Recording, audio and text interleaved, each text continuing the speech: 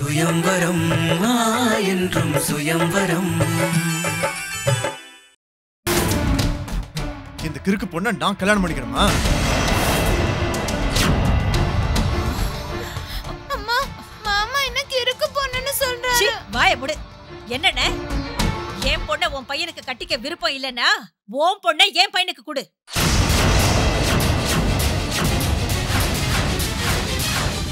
லூசு மாதிரி இருக்கிறவனே நான் கல்யாணம் பண்ணிக்கணுமா? இம்பாசிபிள். ஏய், இவ்வளவு திமிரா பேசாத. பேச என்னடா பண்ணுவ? நீ ஏன்டா நடுவுல வர? வா. நிறுத்துங்க. காலி பண்ணிடுவேன், ஜாக்கிரதை.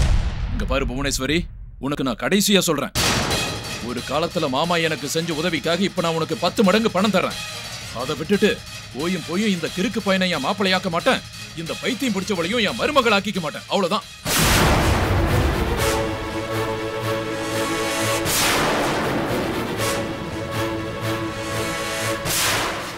அம்மா, பெரிய மாமாவும் கிறுக்கு பொண்ணுன்னு சொல்றாரு. எதுக்குமா? நான் Dress நல்லா தானே போட்டுருக்கேன். வாய மூடு. வாய மூடிட்டு வெளியில போய் நில்லு. என்ன இப்ப என்ன சொன்ன? நீ பணம் கொடுக்கறியா? பொல்லாத பணம். நீ சாப்பாட்டுக்கு வழி இல்லாம நின்னப்போ என் புருஷன் பண்ண உதவிய நீ பணம் கொடுத்து சரி கட்டியா?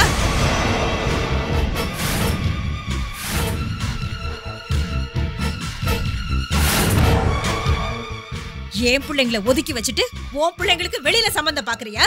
ஆமா, இதுதான் என் முடிவு. போதுமா?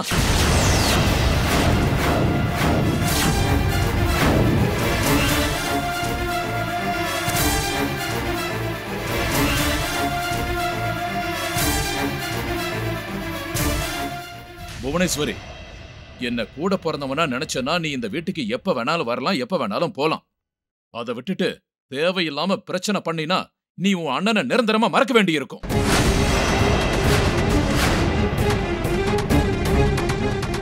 கேட்டல்ல, ஆமா, மூஞ்சில அடிச்ச மாதிரி எவ்வளவு கேவலமா பேசினாருன்னு. இதுக்குதான் இப்படி நடக்கும்னு தெரிஞ்சுதான் இந்த இடத்துக்கு வர வேணான்னு சொன்னேன். நீதான் அது என் பிறந்த வீடு, அவரு என் அண்ணன், என் பேச்ச மீறவே மாட்டாருன்னு ரொம்ப பெருமை பீத்திக்கிட்டு இங்க வந்த. வாய கொஞ்சம் அடக்கி பேசு, இல்லனா என் அக்கா பையனை கூட நான் பார்க்க மாட்டேன். ஐயோ ஐயோ, வீட்டுக்கு மாப்பிள்ளையா வர போறவனே இப்படி மரியாதை இல்லாம பேசுற? ஆசையோட பிறந்த வீட்டுக்கு வந்தவள கூட பிறந்தவள அழ வச்சு அனுப்புறியா? என் வயிறு எரிஞ்சு நான் சொல்றத கேட்டு என் பிள்ளைங்களை ஒதுக்கி வச்சுட்டு நீ உன் பிள்ளைங்களுக்கு வேற எங்கேயாவது கல்யாணம் பண்ண, அவங்க யாரும் நல்லாவே வாழ மாட்டாங்க. உன் குடும்பத்துல சந்தோஷமே நிலைக்காது. கொடுத்த வாக்கையும் வாங்கின உதவியும் மறந்து போயிட்டு கூட பிறந்தவளை இப்படி அழ வைக்கிற ஒண்ணு என் வயித்தெரிச்சல் ஒண்ணு சும்மாவே விடாது.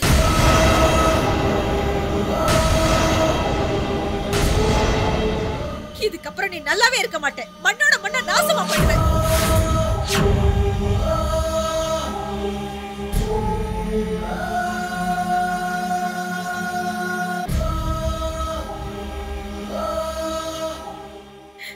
வாடி போலாம். அம்மா, மாமா, போடி. அண்ணே, மாமா. போலாம் வா.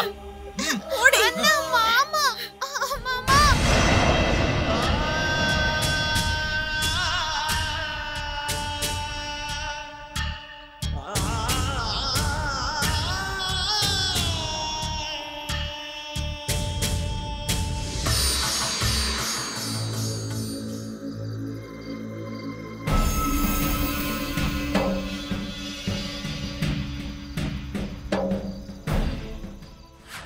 போயும் இந்த கிறுக்கு பையனை என் மாப்பிளையாக்க மாட்டேன்.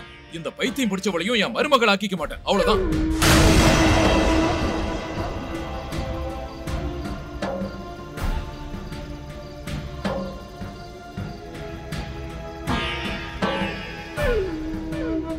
லூசு மாதிரி இருக்கிறவனே நான் கல்யாணம் பண்ணிக்கணுமா? இம்பாசிபிள்.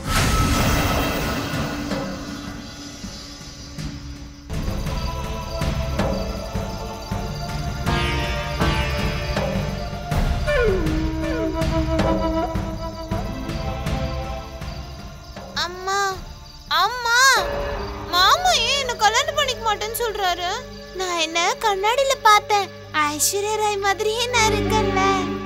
ஐஸ்வர்யா ராய் மாதிரி இல்ல, பெரிய அண்டா மாதிரி இருக்கு. அம்மா பாருங்கம்மா, அண்ணன் என்ன பெரிய அண்டா மாதிரி இருக்குன்னு சொல்றான். சீச்சி, உன் தொல்லையால நான் தினம் தினம் சாகுறேன். உங்க அப்பாவுக்கு என்ன சொத்து இருக்கிற வரைக்கும் நல்ல ஜல்சாவா வாழ்ந்துட்டு போயிட்டாரு. இருக்கிற சொத்தெல்லாம் சீட்டாட்டத்துக்கும் குடிக்குன்னே கற்பூரம் மாதிரி கரைச்சிட்டு போயிட்டாரு. இப்ப நான் இந்த தொல்லையில அனுபவிச்சுக்கிட்டு இருக்கேன். அம்மா, உன்னை நீயே எதுக்கு திட்டிக்கிற? உங்களை திட்ட முடியாதுல்ல. சீச்சி, உனக்கா சுத்தமா படிப்பே ஏறல. இவளுக்கு வயசு வளர்ந்துச்சே தவிர அறிவு வளரல. இந்த மாதிரி பசங்களை வச்சுக்கிட்டு நான் வாழ்க்கை பூரா என்ன பண்ண போறேன்னு தெரியல. போனா போகுதுன்னு சின்ன வயசுல கொடுத்த வாக்குக்காக எங்க அண்ணன் இவளை தான் மருமகளா ஏத்துக்குவாருன்னு நினைச்சா யாரோ ஊரு பேர் தெரியாத ஒரு பொண்ணுக்கு தான் பிள்ளைக்கு கட்டி வைக்கிறாரு. அத நினைச்சாலே எனக்கு வயிறெல்லாம் எரியுது. அம்மா, நீ ஒன்னும் கவலைப்படாத. தோரணம் கட்டிட்டா மட்டும் அவங்க நினைச்சது நடந்துருமா? வாய மூடுற. என்ன இல்ல, இன்னும் கொஞ்ச நாளைக்குள்ள உங்க மாமா பத்திரிக்கை எல்லாத்தையும் அச்சடிச்சு சொந்தக்காரங்களுக்கு எல்லாம் வச்சிட போறாரு. இன்னும் கொஞ்ச நாள்ல கல்யாணம். அந்த கல்யாண பக்கத்துல உன் தங்கச்சிக்கு பதிலா வேற ஒருத்தி உட்கார போறாளே நினைச்சு பார்த்தா பத்திக்கிட்டு வருது எனக்கு. அம்மா, நீ சரின்னு சொல்லு. இப்படி சிட்டிக்க போடுற நேரத்துல கல்யாண மண்டபத்துல கல்யாணத்தை நடக்க விடாம பண்ணிட்டு உன் வாய மூடுற. நடக்க போற கல்யாணத்தை நிறுத்தணும்னா அது ஒண்ணு அவ்வளவு சுலபம் இல்ல. சினிமால காட்டுற மாதிரி அவ்வளவு ஈஸி இல்ல. நீ பாத்துக்கிட்டே இருமா. அம்மா, நீ கவலைப்படாத. அந்த கல்யாணம் நடக்காது. அப்படியா? Super super super super.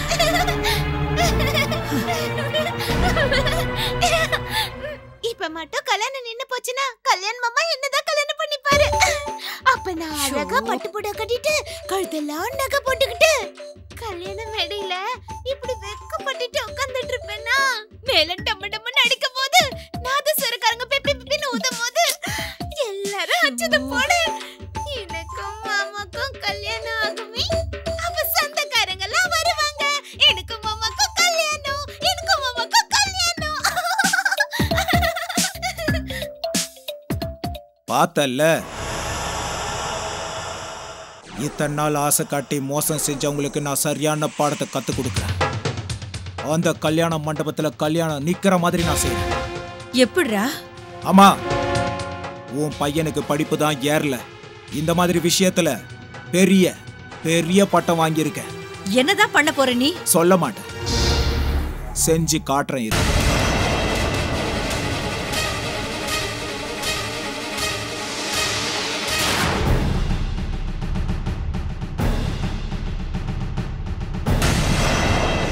Vasu, இதுதாண்டா நடந்தது. எவ்வளவு சொன்னாலும் கேட்காம என் தங்கச்சி புவனேஸ்வரி முட்டாள்தனமா பிரச்சனை பண்ணிட்டு போயிட்டா. இதையெல்லாம் உங்ககிட்ட சொல்லணுங்கிற அவசியம் இல்ல. என் குடும்பத்துல நடக்கிற எல்லா விஷயத்தையும் ஒரு ஃப்ரெண்டுங்கிற முறையில் இல்லாம வருங்கால சம்பந்திங்கிறதுனால எல்லாத்தையும் சொல்லணும் போல தோணுச்சு. அப்புறம் உன் தங்கச்சி கல்யாணத்துல ஏதாவது பிரச்சனை பண்ணா? நீ எதுக்கும் கவலைப்படாத. அந்த மாதிரி எதுவும் நடக்காது. மகேந்திரா, இந்த கல்யாணம் கண்டிப்பா நடக்கும் இல்ல? இதுல சந்தேகமே வேண்டாம். உனக்கு ஒரு விஷயம் தெரியுமா? நான் ஐயர்கிட்ட கூட பேசிட்டேன். நல்ல முகூர்த்தம் குடிச்சு கொடுக்கறேன்னு சொல்லியிருக்காரு. 4 நாள்ல கல்யாணமா? ஆமாண்டா, வர்ற முகூர்த்தத்துல ஜம் ஜம்னு கல்யாணத்தை பண்ணிடலான்னு சொல்லியிருக்காரு. அதனால அவர் சொல்ற முகூர்த்தத்திலேயே பண்ணிடலான்னு. 4 நாள்ல கல்யாணம்னா எப்படிரா? கல்யாண மண்டபம் புக் பண்ணணும், பத்திரிகையெல்லாம் அச்சடிக்கணும், சொந்தக்காரங்களுக்கெல்லாம் கொடுக்கணும். இதெல்லாம் நடக்கிற கதையாடா? நீ அத பத்தி கவலையே படாத. எல்லா விஷயத்தையும் நான் பாத்துக்கிறேன். ஆல்ரெடி வெட்டிங் கார்டு கூட ஆர்டர் கொடுத்துட்டேன். நாளைக்கு ஈவினிங்கே வந்துடும். ஆனா ஒண்ணு, கிராண்டா தான் பண்ண முடியல. நமக்கு முக்கியமானவங்களை மட்டும் கூப்பிட்டு கோயில்ல சிம்பிளா பண்ணிக்கலாம். ஓ இஷ்டண்டா. எனக்காக, நம்ம நட்புக்காக நீ இவ்வளவு ரிஸ்க் எடுக்கிறன்னா உண்மையிலேயே நான் ரொம்ப அதிர்ஷ்டக்காரன்டா. இல்லடா, உன் பொண்ணு என் வீட்டுக்கு மருமகளா வர்றது, நாம சம்பந்தி ஆகிறதெல்லாம் என்னோட அதிர்ஷ்டம்டா. மகேந்திரா,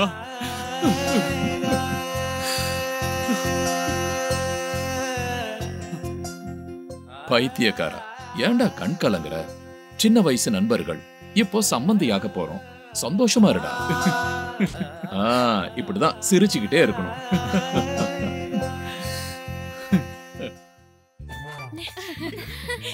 அப்படியா?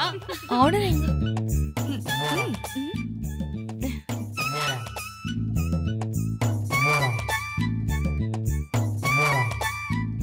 வர்ஷா, ஆதித்யாவுக்கு நீ கொடுத்த நேரத்துல எனக்கு கொஞ்ச நாள் தான் மிச்சம் இருக்கு.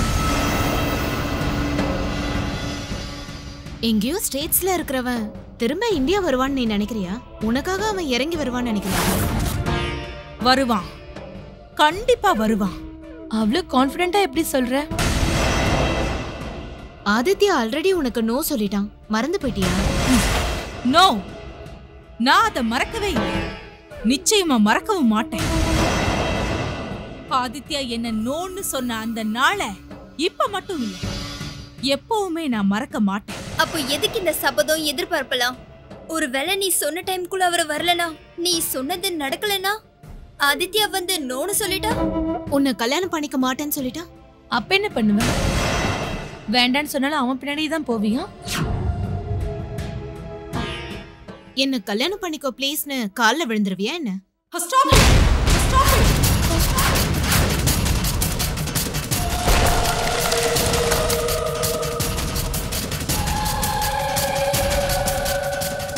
தோக்கிறதும் காலை பிடிக்கிறதும் இந்த வர்ஷாவோட ஹிஸ்டரியிலேயே கிடையாது.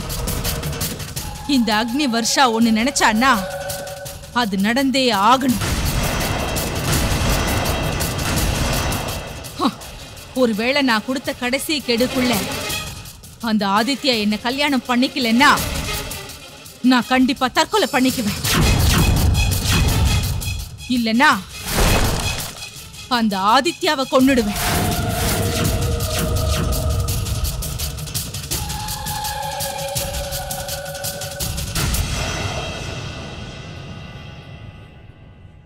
அம்மா, அம்மா, எங்க இருக்கீங்கம்மா? சீக்கிரமா இங்க வாங்க. அம்மா, என்னடி? இது என்னன்னு சொல்லுங்க. என்னன்னு சொல்லு. இது அண்ணாவோட கல்யாண பத்திரிக்கை, சாம்பிள் மட்டும் வந்திருக்கு. இது ஓகேனா சாயந்தரம் எல்லாத்தையும் கொடுத்துருங்க. கொடு.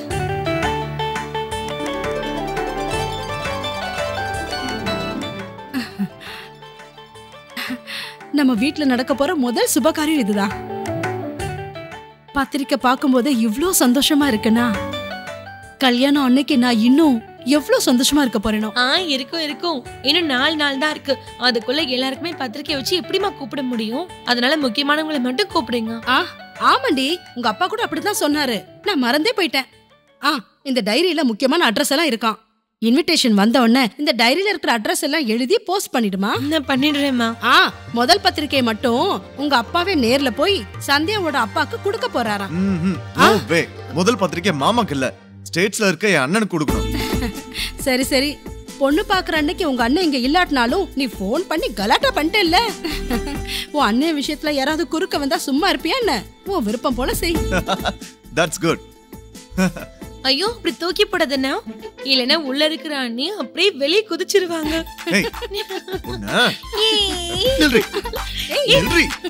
கையில மாட்டா.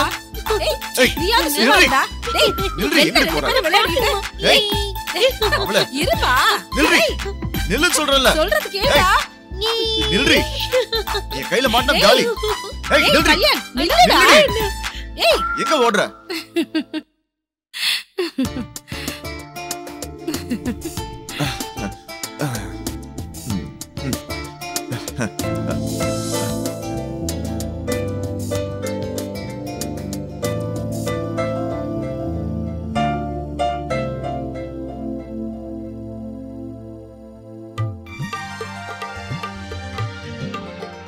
பாத்தியா என் பிரியா எவ்வளவு கலாட்டா பண்றானு?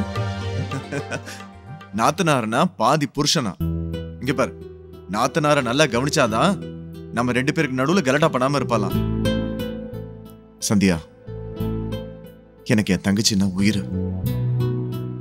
என் அண்ணன் எனக்கு அதுக்கும் மேல. இந்த கார்டை அவனுக்கு அனுப்பிட்டா? எஸ்.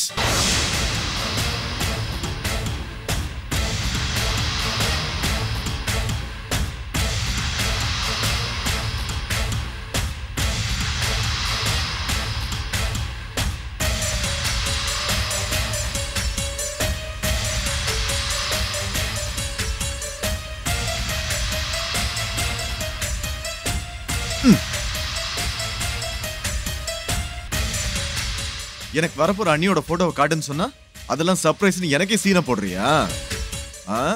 அண்ணனான உனக்கே அவ்வளவு இருக்கும்னா தம்பிக்கு எனக்கு எவ்வளவு இருக்கும்? வருங்கால அண்ணி போட்டோவை எனக்கு காட்டினாதான் வரப்போற மச்சினச்சியோட போட்டோவை உனக்கு காட்டுவேன்.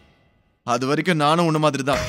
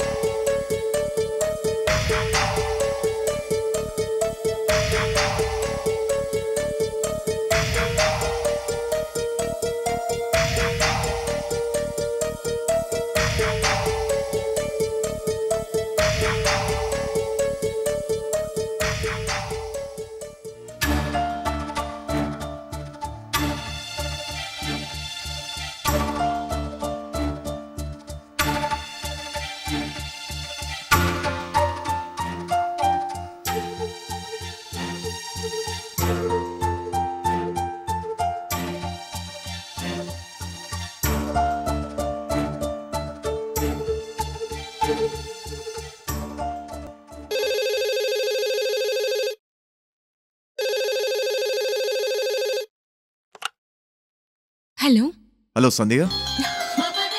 ஹாய். நான் இப்ப எதுக்கு ஃபோன் பண்ணேன்னு தெரியுமா? நம்ம கல்யாண பத்திரிக்கை வந்துருச்சு.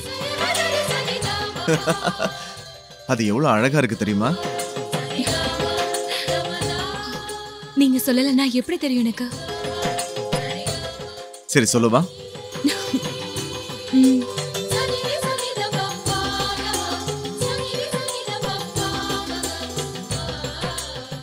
அழகான இந்த பத்திரிக்கையை பார்த்துட்டு இருக்கும்போது பார்த்துட்டு இருந்தா என் கண்ணு முன்னாடி நீயே வந்து நிக்கிற மாதிரி இருக்கு.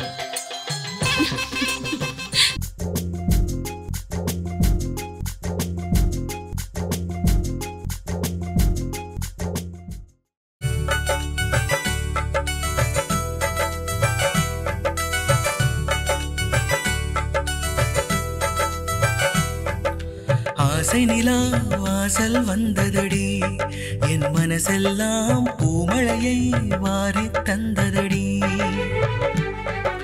பூவனமாய் இதயம் மாறுதடி, என் அணுக்களிலே புது ராகம் வழிந்து ஓடுதடி.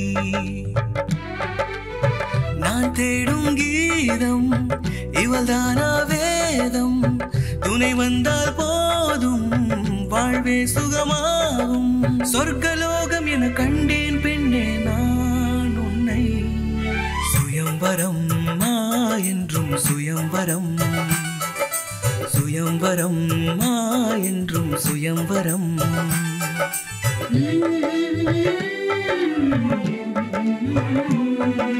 பூவே நீ சிரித்தாலே இதயம்